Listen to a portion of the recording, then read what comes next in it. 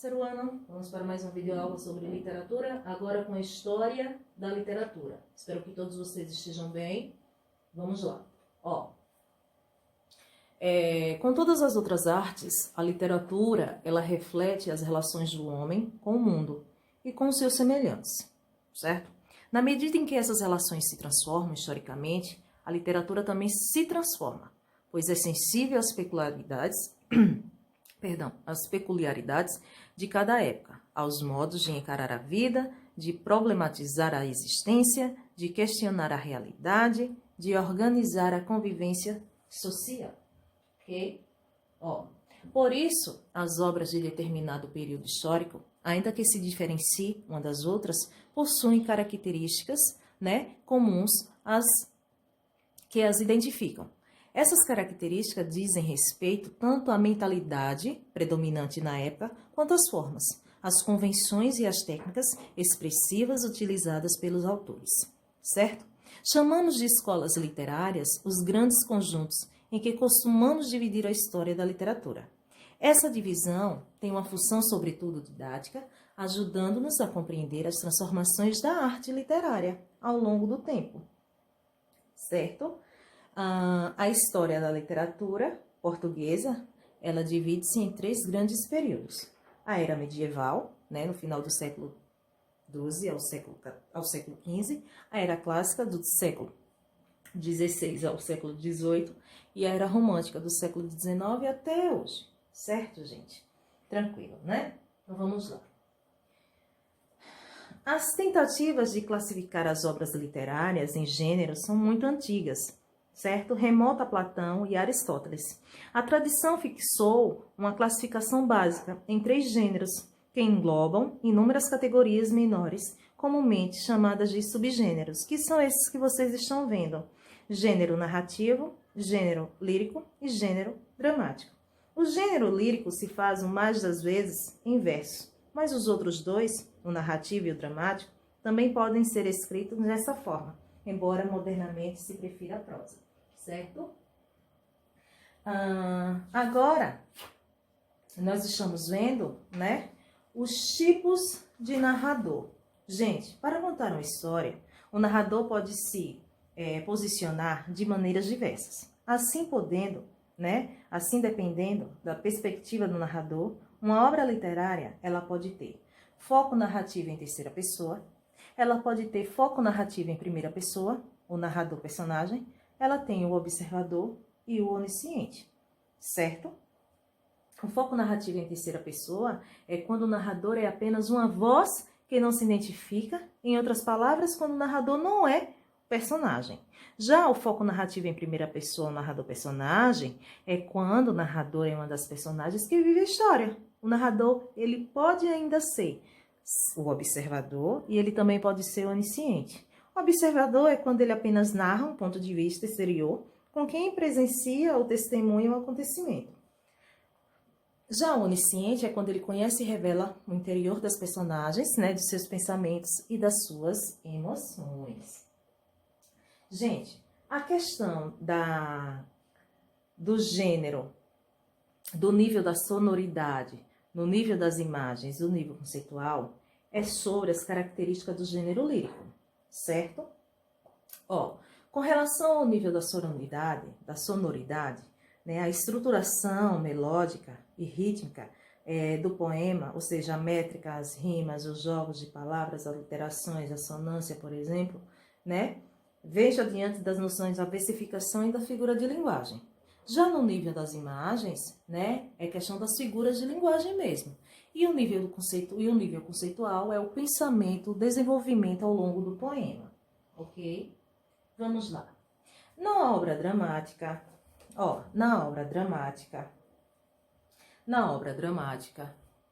nós temos aí os fatos, são apresentados diretamente ao espectador, sem intermediários. Não é necessária a voz de um narrador como na obra narrativa, certo? Pertence ao gênero dramático as obras escritas em versos ou em prosas para a representação teatral.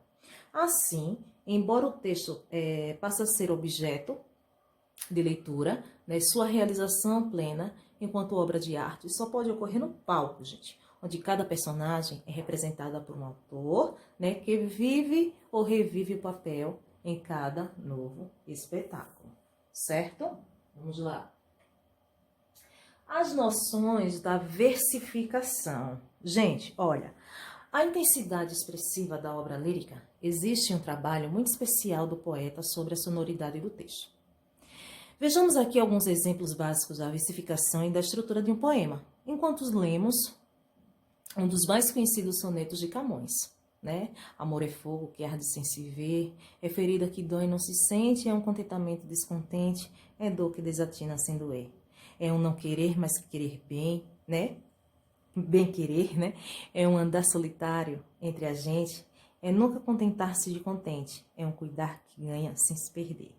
É querer estar preso por vontade, é servir a quem vence o vencedor, é ter com quem nos mata a lealdade. Observe que aí nós temos, né, o exemplo de uma estrofe e dos versos. E com relação às rimas, observe que o final, né, da segunda estrofe, querer, tá rimando com perder, e gente contente, não é isso? Então, nós temos aí a classificação A, B, B, A, certo? Vamos lá. As regras básicas da versificação e de escansão. Vamos lá.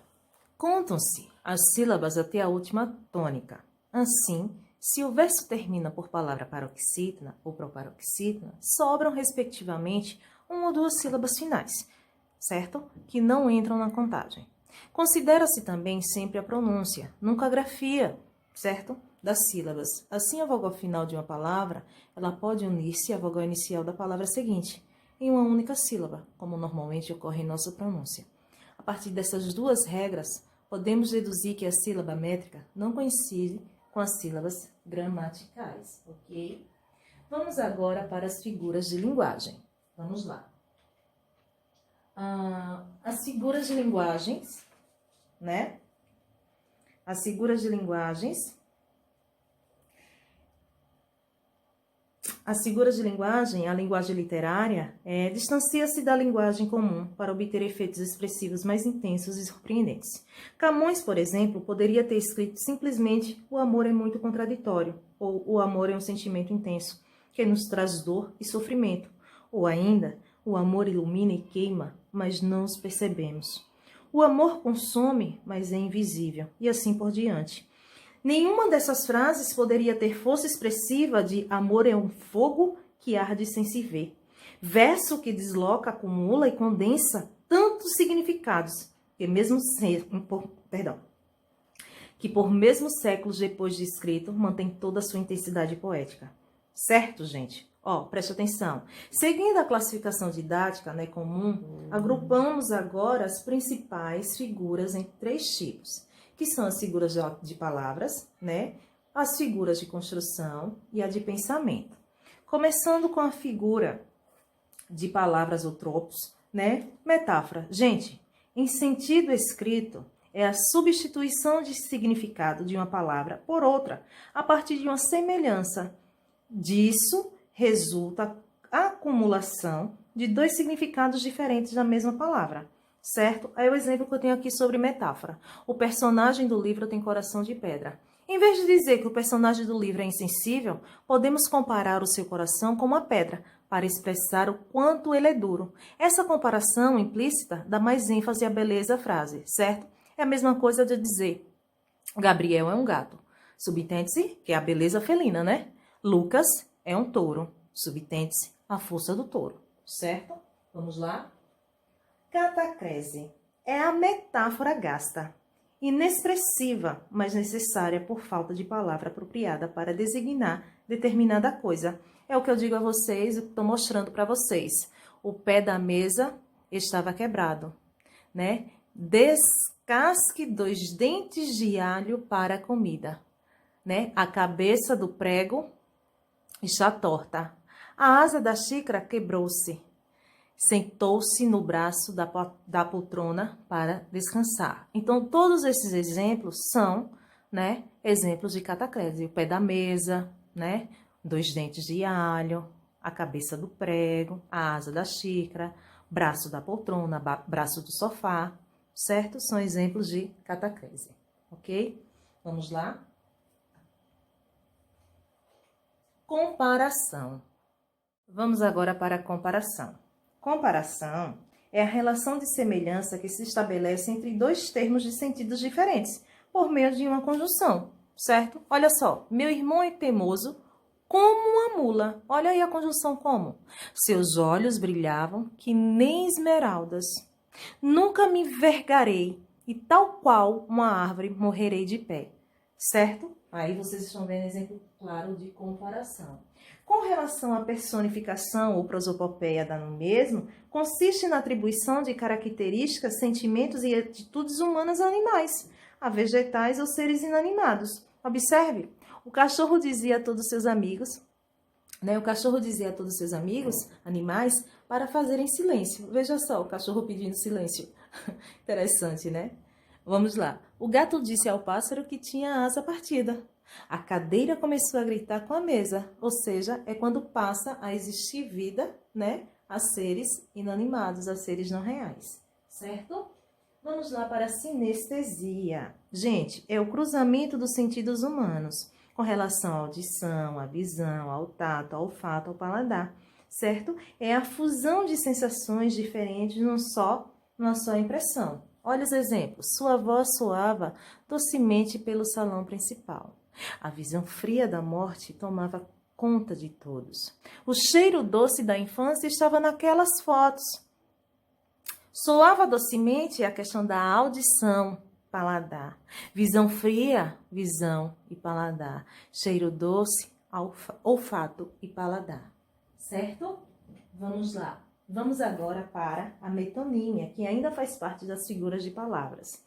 Gente, é o emprego de uma palavra por outra com base numa relação de dependência ou contiguidade. É a parte pelo todo, é o efeito pela causa, é o continente pelo conteúdo, certo, gente? É o autor pela obra, certo? Olha só, ele possui inúmeras cabeças de gado. Aí é a parte pelo todo, Conseguiu comprar televisão com meu suor, causa pelo efeito. Li muitas vezes Camões, o autor pela obra, Ele leu a obra de Camões e não leu muitas vezes Camões. Meu pai me presenteou com Ford, inventor pelo invento, Meu pai adorava tomar Nescau com leite, é a marca pelo produto, certo? Vamos lá. Vamos agora entrar nas figuras de construção, certo? Vamos lá. A questão da elipse. É a supressão de um termo identificável através do contexto. Olha só, na sala apenas 4 ou 5 convidados, certo? Olha lá, a omissão do verbo haver. Vocês perceberam? A tarde talvez fosse azul, não houvesse tantos desejos. É a omissão da conjunção sim. Vocês perceberam? Na sala, Na sala apenas há 4 ou 5 convidados, certo? À tarde talvez se fosse azul, À tarde talvez fosse azul, não houvesse tantos desejos. Observaram? À tarde talvez fosse azul, se não houvesse tantos desejos, certo? O outro exemplo pode ser, e aqui dentro o silêncio, e este espanto, e este medo, Então, exemplos de elipse. Vamos lá para polissíndeto. Polissíndeto consiste no emprego repetitivo de conjunções, certo? Geralmente são conjunções coordenativas. Olha só. Vão chegando as burguesinhas pobres e as crianças das burguesinhas ricas e as mulheres do povo e as lavadeiras da redondeza. Vocês observaram? Há 2 dias meu telefone não fala, nem ouve, nem toca, nem punge, nem muge. Observaram? Então, isso é polissíndeto. Aí nós temos assíndeto. Assíndeto é a omissão da conjunção entre os elementos de um longo encadeamento de termos coordenados. Por exemplo, vim, vi, venci. Grita o mar, brama o fogo, silva a fera. Chora Adão, geme o pranto, brado o rogo, A tua raça quer partir, guerrear, sofrer, vencer, voltar, né? E aí são exemplos de assíneto. Vamos para o próximo. Hipérbato. Hipérbato consiste na inversão da ordem normal das palavras nas frases. Quando essa inversão é tão violenta que se dificulta o entendimento, chamamos a figura de síntese, certo? Que nunca tão triste vistes, outros nenhuns por ninguém. A ordem direta poderia ser o quê? Que nunca vistes nenhuns, outros tão tristes por ninguém, certo? Está pronta a comida, ou seja, na ordem direta seria a comida está pronta. Morreu meu vizinho, na ordem direta seria meu vizinho morreu, ok? Vamos para a anáfora. Anáfora, assim se chama a repetição da mesma palavra, tanto no início, né? Ou no meio ou no fim, certo? Das frases. Era uma estrela tão alta, era uma estrela tão fria, luzindo no fim do dia, disse matar, né? Olha aí a repetição no início da frase. Isso é a figura de linguagem chamada anáfora. Vamos para silepse, assim como a literação, que é a repetição de fonemas visando um efeito expressivo, eufônico, cacafônico, certo? Temos também o anacoluto, que é a interrupção de encadeamento sintático em seu reinício no meio da frase, certo? E agora chegou a vez de silepse. Nós temos a silepse, né, que ocorre quando o autor se afasta da norma gramatical para fazer a concordância com a ideia que as palavras expressam, podendo ser silepse de gênero, silepse de número e silepse de pessoa. Aí eu tenho um exemplo para vocês de silepse de gênero. A velha São Paulo cresce a cada dia. Já de número, eu tenho o seguinte: o povo se uniu e gritava muito alto nas ruas. Já a silepse de pessoa, eu tenho o exemplo, né, que todos os pesquisadores estão ansiosos com o Congresso. Observe, né, os 3 tipos de silepse existente na figura de linguagem de construção. E agora chegou a vez das figuras de pensamento, que nela encontra-se antítese, paradoxo, ampliação, ironia, eufemismo, hipérbole e apóstrofe. Gente, é fácil. Ó, antítese é a relação, né? É a relação. Eu tenho aqui o exemplo para vocês que antítese é a aproximação de 2 pensamentos contrários. Aí eu tenho, a relação deles era de amor e ódio. Ideias contrárias, amor e ódio ao mesmo tempo. O dia está frio, meu corpo está quente. É uma contradição, certo? Ideia contrária. Já o paradoxo, certo? É uma figura de linguagem que justapõe 2 termos que se contradizem, só que sem lógica, gente. Se você quiser me prender, vai ter que saber me soltar. Não tem sentido isso. Ou você quer ficar preso ou você quer ficar solto, né? Já estou cheio de me sentir vazio. Se você está cheio, como é que você vai se sentir vazio? É sem lógica, certo? É uma contradição sem lógica, o paradoxo, ok? E aí, eu tenho para vocês agora a atividade, né? Mas antes da atividade, eu vou falar para vocês a questão que eu tenho certeza que vocês vão amar. A questão do eufemismo. O eufemismo é a substituição de uma expressão, né? De uma expressão desagradável, né? Uma expressão grosseira, de uma expressão ofensiva, por outra mais suave. Quando eu digo assim, meu vizinho foi para o céu. É mais fácil, não é mais sensível do que dizer, olha, gente, meu vizinho morreu.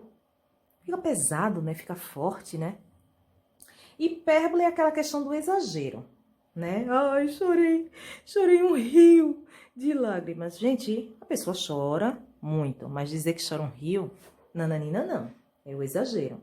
Né? A ironia é o que acontece muitas das vezes, né, gente? A pessoa ser irônica. Então, para que vocês agora treinem em casa, atividade do livro, nas páginas 4 a 9. É uma atividade muito legal, né?